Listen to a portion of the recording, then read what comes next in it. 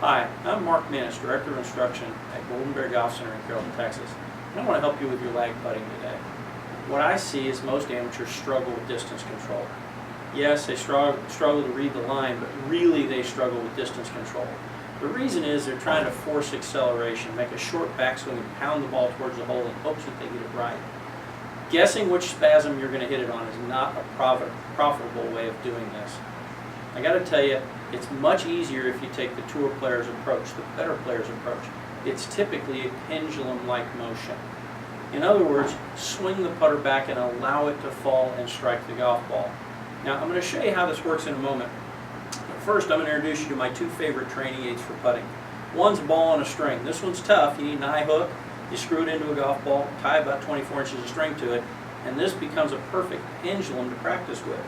The second is this piece of 2x3. It's just a piece of cedar 2x3. I let it dry a little bit, or dried it in the oven actually. Somebody was nice enough to stain it for me, but it's one of the greatest training aids I've ever seen. The first one, this ball on a string.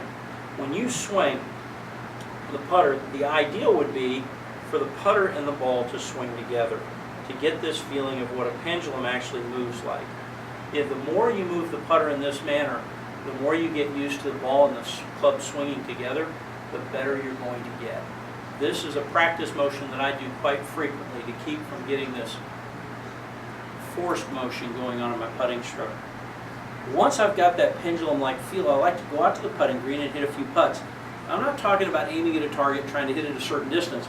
I literally mean I'm going to hit some putts, just rolling balls, feeling the pendulum-like motion, never forcing the acceleration.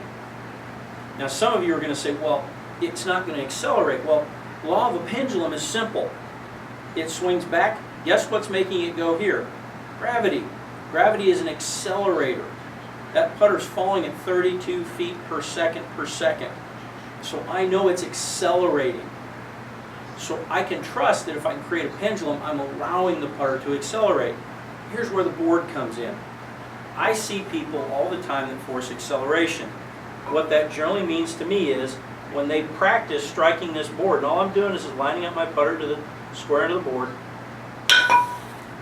they hit it 2 and 3 times. The putter chases the board down the line, making it go, which is fine, but making it go uncontrollably.